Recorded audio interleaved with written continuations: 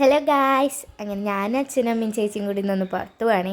ഞങ്ങൾ കുറേ നാളായതപ്പോൾ നാലാളും കൂടിയിട്ട് പുറത്തൊക്കെ പോയിട്ട് ഞങ്ങളിതാ അച്ഛമ്മയ്ക്ക് ടാറ്റയൊക്കെ കൊടുത്തിറങ്ങി. വേറെ കൂടെ അല്ല കേട്ടോ, നമ്മുടെ ഗുരുവായൂർക്കാണ് പോണേ. ഗുരുവായൂരപ്പുറം കാണാൻ പോണതിൻ്റെ സന്തോഷമാണ് കേട്ടോ അമ്മയുടെ മുഖത്ത് കാണണേ. അമ്മ ഒരു കൃഷ്ണഭക്തിയാണേ.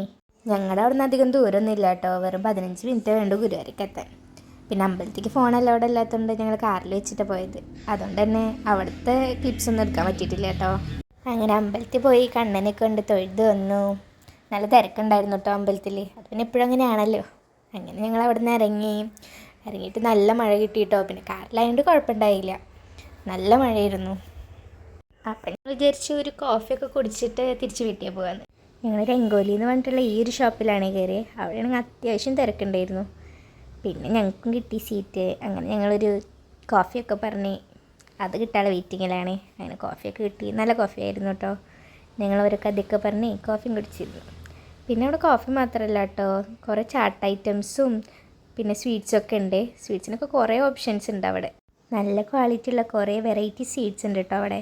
പക്ഷെ ഞങ്ങൾ പറഞ്ഞത് ചാട്ട്സാണ്.